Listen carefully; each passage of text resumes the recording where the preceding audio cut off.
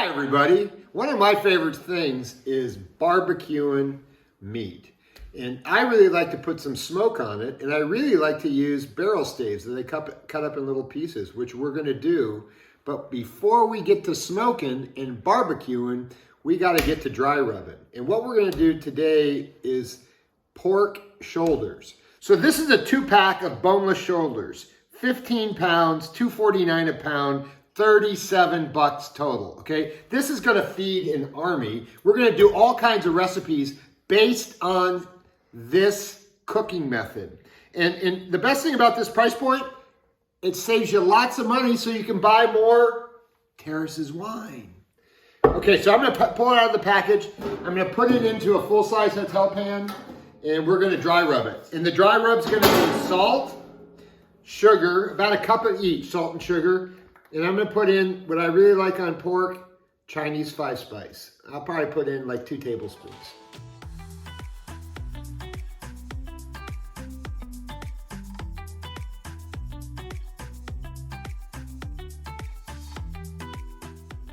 So I finished putting the dry rub on both pork shoulders, inside out, coated them really well.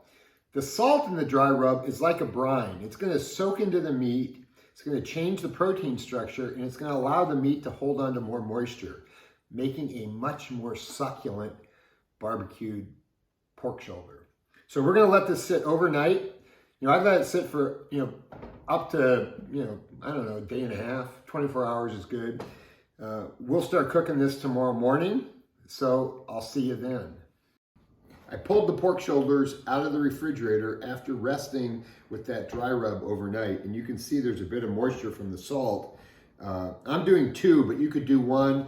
I'm gonna use a hotel pan. You can use any sort of pot that you have that can go in the oven. Now the secret really for me in doing pork shoulders is not to smoke them the whole time, not to barbecue them the whole time. I like to braise them in a 300-degree oven for about 4.5 hours before I put it on the smoker. So that's what I'm gonna do now. Stick this hotel pan in a 300-degree oven. After 4 hours, we've pulled it out of the oven, and it's getting close to being cooked. Not fully cooked, but we've cooked it in moist heat to keep it succulent. We're now gonna move it over to the barbecue smoker and get some smoke on it. To smoke the pork, I'm using this old offset smoker.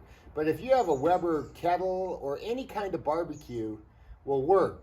You just want indirect heat. And what you really want is smoke. And what we always use, is barrel staves. Old wine barrels, we cut up these staves, and it makes a really sweet smoke.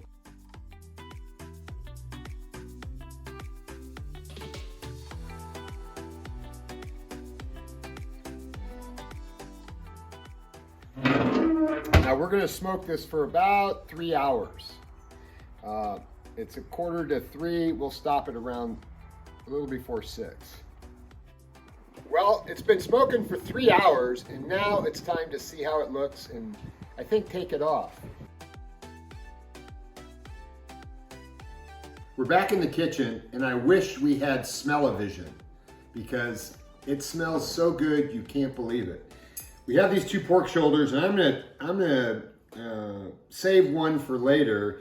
I'm gonna kind of pull this one a little bit.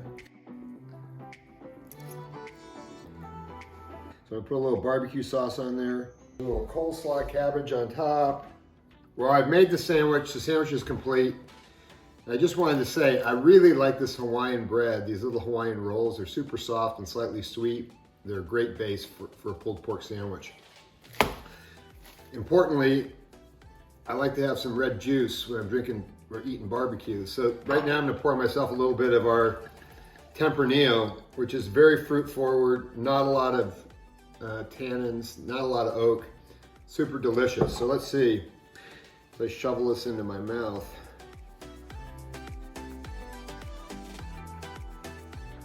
Unbelievably delicious. I hope you all make the pulled pork. If you have any questions or comments, please let us know. We'll see you soon.